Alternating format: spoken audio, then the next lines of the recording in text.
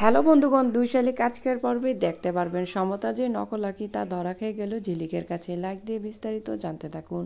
ছাতাবাড়ি থেকে ছদ্মবেশে বস্তিতে আসলো নকল আঁখিকে দেখার জন্য। এদিকে রাইমা পিয়ারকে ভিডিও কল দিয়ে দেখাচ্ছে নকল আঁখি আসল আঁখির সিগনেচার মিলে কিনা।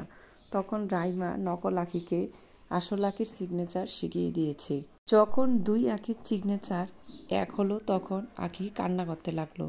তখন গৌরব তাকে ভরসা দিল, বলল, তুমি হেরে যাওয়ার মানুষ না, তুমি হয়েছ জুটো ঝিলিক, তুমি এখনই হার মানতে পারো না। তখন ঝিলিক চিন্তা করলো দুই আঁখি আর ঝিলিকের ডিএনএ টেস্ট করাবে বাবা মার সঙ্গে। এইদিকে দেবা বলে, এখানে যে দাঁড়িয়েছে সে আসল আঁখি। আমি যখনই আঁখিকে বুকে টেনে নিই তখনই আমার বুক দুপ দুপ করতে লাগে। এইদিকে ঝিলিক আঁখি পার্লারে গেল সমতার খোঁজ করার জন্য। পার্লারে গিয়ে বলছে, আমরা সমতার জ্যাঠতো বোন। বললো, সমতা তো কখনো বলেনি তার যেমন জ্যাঠতো বোন আছে।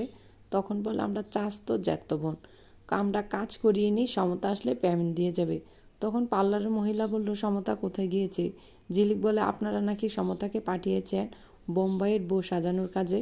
তখন বলে, আমাদের এখান থেকে কাউকে বাইরে পাঠানো হয় না।